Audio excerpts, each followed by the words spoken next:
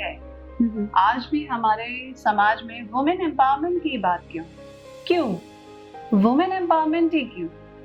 हमें human empowerment पे जाना चाहिए ना, जिसमें हम ये बात कर सके कि हम तो सशक्त है ना, हम में एक्स्ट्रा शक्ति है, तो हाईलाइट क्यों नहीं होती, विजिबल क्यों नहीं होती?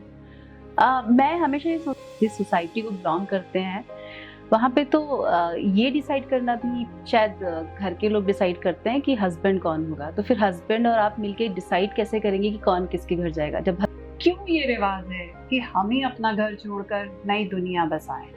क्यों समाज ने इसमें औरत को ही घर छोड़ने पर, एक स्त्री को ही घर छोड़ने पर मजबूर क्यों किया? जब हम बराबरी की बात करते हैं तो हम ऐसा क्यों नहीं सोचते, जब दो लोग शादी के बंधन में बंध रहे हो तो दुनिया नहीं, वो दो लोग डिसाइड करें।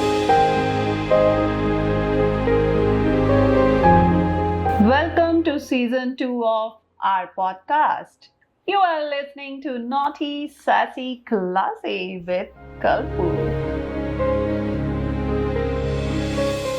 We are thrilled to bring you another season of inspiring and insightful discussion on variety of topics in this season. We are focusing on spectrum of women, succinctly captures the diverse and multifaceted nature of the discussions and poems that will be shared throughout the season. Join us. We delve into poems of resilience, creativity, leadership, and empowerment.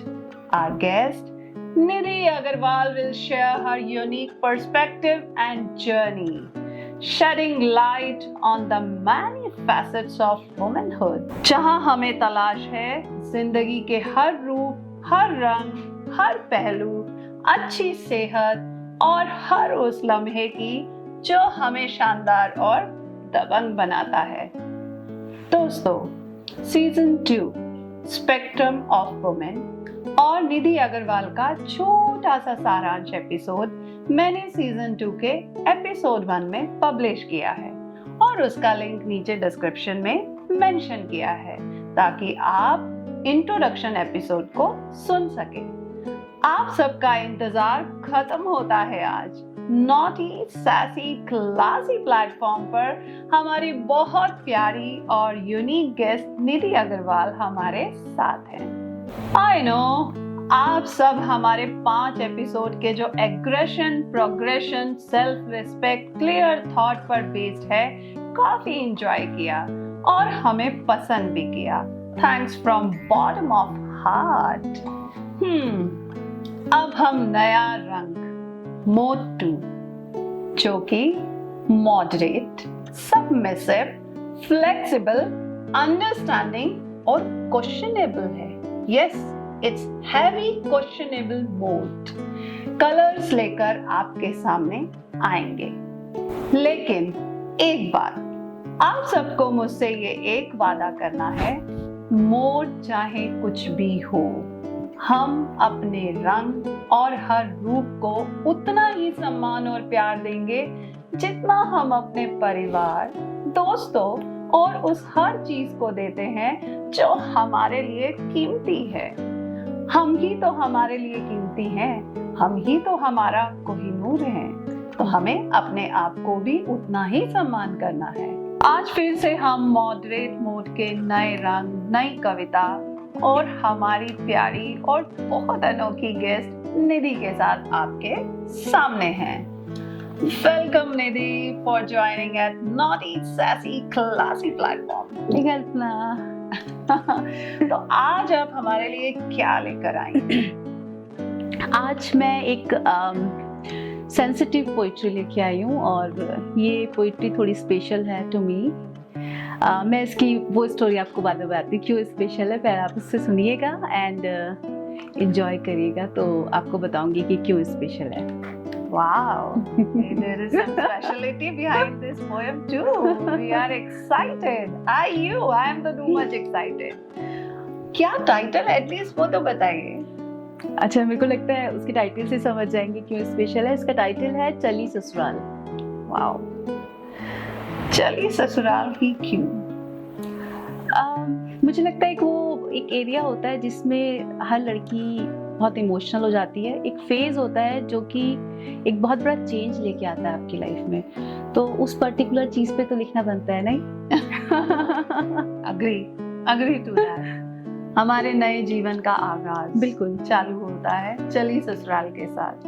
तो चालू करें निधि? बिल्कुल। चली ससुराल तो ये है कि चाहतों की डोली में ख्वाहिशें चढ़ाकर, चाहतों की डोली में ख्वाहिशें चढ़ाकर, ख्वाबों की दुल्हन को प्यार से सजाकर, चाहतों की डोली में ख्वाहिशें चढ़ाकर, ख्वाबों की दुल्हन को प्यार से सजाकर, रिश्तों के नए पहलू से की सगाई, बाबुल ने घर से जो दी है विदाई। रिश्तों के नए पहलू से की सगाई, बाबुल ने घर से जो दी है विदाई, बंधन जन्म का मैं छोड़ वहाँ आई, बंधन जन्म का मैं छोड़ वहाँ आई, जन्मों का बंधन मैं बांध के हूँ आई, बंधन जन्म का मैं छोड़ वहाँ आई, जन्मों का बंधन मैं बांध के हूँ आई, और माँ ने निभाए जो रस्मों रिवाज, आंचल के कोने से बांधे हैं आज, पापा ने दी है दुआएं हजार, भाई ने पोटली भर रखा है प्यार। क्या बात। एक नई राह खुली कदमों के सामने, आए हैं हाथ मेरा साजन जी थामने, एक नई राह खुली कदमों के सामने, आए हैं हाथ मेरा साजन जी थामने, दिखती ससुर में है पापा की ही झलक, दिखती ससुर में है पापा की ही झलक, नाम है नया नहीं रिश्ता ये कुछ अलग, नाम है नया नहीं रिश्ता ये कुछ अलग, बहनों की जो कमी मैं अब तक महसूसती थी, बहनों की जो कमी मैं अब तक महसूसती थी, देके सहयोग अपना नंदों ने दूर की, देवर मिले मुझे है भाई से बढ़कर, देवर मिले मुझे है भाई से बढ़कर, करेंगे शैतानियां अब दोनों हम मिलकर, कितनी ही खुशियों का काफिला बनाकर, कितनी ही खुशियों का काफिला बनाकर, चली ससुराल नई दुनिया बसाकर, चली ससुराल नई दुनिया बसाकर, चाहतों की डोली में ख्वाहिशें चढ़ाकर, ख्वाबों की दुल्हन को प्यार से सजाकर। वाह, रूह तक पहुंच गई ये कविता। क्या बात है। चली ससुराल, नई दुनिया बनाना, उसकी खुशी और पुराने और जन्म के बंधन छूटने का गम, एक आस और एक आंसू। Tough time for every woman in this world. Really very tough time. But कितना प्यारा और गहरा बंधन होता है जो ससुराल जाते समय नया सा लगता है, वो ही बाद में पूरी तरह अपना होता है। इन सब बातों से तो आप सब एग्री होंगे, क्यों निधि? बिल्कुल, बहुत अलग फीलिंग होती है जब जो चीज़ आप, एक छोड़ना नहीं बोलूँगी, लेकिन एक चीज़ में आप एंटर करते हैं, नई चीज़ में एंटर करते हैं, कुछ पुराने रिश्तों को साथ में लेके कुछ नए रिश्ते जोड़ते हैं, तो एक अपने में अलग फीलिंग होती है। आपको पता नहीं होता है, कुछ एक्साइटमेंट होता है, कुछ डर होता है, आपको पता नहीं होता है कि आप किस एनवायरनमेंट में कहाँ पहुँचने वाले हैं। तो मैं बोलूँगी कि काफ़ी स्पेशल टाइम होता है वो। स्पेशल और इट इज टफ, लेकिन बाद में वही लाइफ होता है। बिल्कुल बिल्कुल। कितने मासूमियत से आपने ननद को बहन, देवर को भाई, दोस्त, ससुर को पिता, सास को माँ, मतलब एक घर तो छूटा, लेकिन उसके साथ साथ हम नए रिश्तों को भी बना रहे हैं। बड़ा deep thought. I know usually लोगों का थॉट प्रोसेस ऐसा ही रहता है, बट अगर हम पॉजिटिविटी से कहीं पर एंटर करते हैं तो हमें हमेशा उससे शक्ति ही मिलती है। बिल्कुल। और मुझे लगता है कि हमें हमेशा हर मोड पे पॉजिटिव ही रहना चाहिए। डेफिनेटली। आप अगर किसी चीज की शुरुआत ही नेगेटिविटी से करोगे तो उसका सक्सेस होने का चांस होता ही नहीं है। होता ही। पॉजिटिवली आप करते हैं तो वो चीज़ों का बहुत ब्राइट चांस होता है कि वो सक्सेसफुली उसी तरह से टर्न हो। तो पॉजिटिविटी को अट्रैक्ट करती है, तो डेफिनेटली आप पॉजिटिवली कुछ चीज थॉट लेके जाएंगे तो पॉजिटिव ही सब चीजें टर्न अप होंगी। True total. ये पोयम में सजन के बारे में क्या कहें? आपने तो मतलब बिल्कुल चौका मार दिया, उन्होंने हाथ थाम लिया और ये और वो, मतलब दिस इज व्हाट की, जिसमें आप ही बताएं आपके सजन के बारे में कुछ, that is much better I guess. आप क्या जानना चाहती है कल्पना? जो आप हम सबको बता सके। वही कि बहुत अच्छे हैं, स्वीट है। स्वीट है, ये बहुत कम है। कम बोलते हैं, स्वीट है। हम बहुत ज्यादा जानना चाहते हैं, है ना? थोड़ा सा और, उसके लिए थोड़ा और टाइम देना पड़ेगा, 2-4 मेरी और पोइट्री सुननी पड़ेगी आपको। हम सब तैयार हैं। क्यों तैयार है ना? पोएम के लिए तो हम कुछ भी कर सकते हैं। ठीक है, आपके सजन जी के बारे में जानेंगे, लेकिन एक बात में भी मुझे लगता है कि ये बात हमें जरूर उठानी चाहिए, और ये बार बार मेरे जहन में आती है। क्यों ये रिवाज है कि हम ही अपना घर छोड़कर नई दुनिया बसाएं? क्यों समाज ने इसमें औरत को ही घर छोड़ने पर, एक स्त्री को ही घर छोड़ने पर मजबूर क्यों किया? जब हम बराबरी की बात करते हैं तो हम ऐसा क्यों नहीं सोचते, जब दो लोग शादी के बंधन में बंध रहे हो तो दुनिया नहीं, वो दो लोग डिसाइड करें कि उनमें से किसका साथ किसके घर में जाएगा। Why always female? Why always a woman? कल्पना, ये थॉट मुझे भी बहुत बार आता है, पर मेरे ख्याल से हम लोग जिस सोसाइटी को बिलोंग करते हैं वहाँ पे तो ये डिसाइड करना भी शायद घर के लोग डिसाइड करते हैं कि हस्बैंड कौन होगा। तो फिर हस्बैंड और आप मिलके डिसाइड कैसे करेंगे कि कौन किसके घर जाएगा, जब हस्बैंड ने उन्होंने डिसाइड किया है?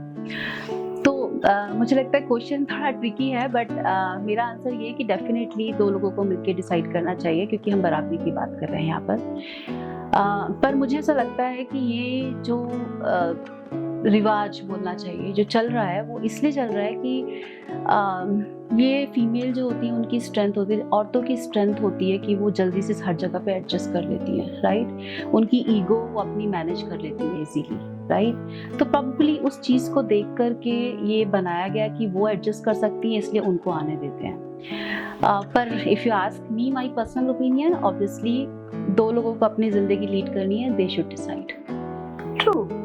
और आपने जैसे फीमेल स्ट्रेंथ की बात की कि female has extra strength to adjust anywhere very easily than any human in this world. They are more flexible. They are. अगर ये एक्स्ट्रा स्ट्रेंथ है, आज भी हमारे समाज में वुमेन एम्पावरमेंट की बात क्यों? वुमेन एम्पावरमेंट ही क्यों? हमें ह्यूमन एम्पावरमेंट पे जाना चाहिए ना, जिसमें हम ये बात कर सके कि हम तो सशक्त है ना, हम में एक्स्ट्रा शक्ति है, तो वो हाईलाइट क्यों नहीं होती, विजिबल क्यों नहीं होती? मैं हमेशा ये सोचती हूँ एम्पावरमेंट की बात करते क्यों है, क्योंकि हम ऑलरेडी एम्पावर्ड हैं। आई डोंट अंडरस्टैंड क्यों चाहिए हमें एम्पावरमेंट। मतलब we are creator of this universe एक तरीके से, अगर आप देखो तो exactly. तो एम्पावरमेंट हमें नहीं चाहिए। We empower people around us, right? एक घर में एक औरत होती है तो घर बन जाता है, राइट? करेक्ट। माँ अपने बच्चे के फ्यूचर को बना देती है। तो एम्पावरमेंट किसे चाहिए? हमें नहीं चाहिए। आई डोंट नो ये क्यों इस बारे में बात की जाती है। We are already having so much power to do everything what we want, right? For us, for everybody around us. तो मुझे नहीं लगता कि ये मेरे पॉइंट ऑफ व्यू से अगर आप पूछोगे तो we should talk about human empowerment, not definitely women empowerment. That's not needed. So दोस्तों, ये तो बहुत क्लियर है। मैं और निधि इस बात से पूरी तरह सहमत हैं। हम में तो एक्स्ट्रा शक्ति है और हमें उसको एक्सेप्टेड भी है और दुनिया को भी पता है, लेकिन ये दुनिया फिर भी हमें एम्पावर कर रही है। They have to think we don't need any empowerment. We are already powerful. और इस आवाज को हम सब साथ में मिलके उठाएंगे कि हमें ह्यूमन एम्पावरमेंट की बात करनी चाहिए। लोगों के दिमाग को एम्पावर कीजिए कि हम शक्तिशाली हैं। तो दोस्तों, बहनों और सखियों, इसी वादे के साथ कि हम जहां भी जाएंगे अपने प्यार के रंगों से सबको रंग देंगे, लेकिन अपने रंग की यूनिकनेस को भी जिंदा रखेंगे।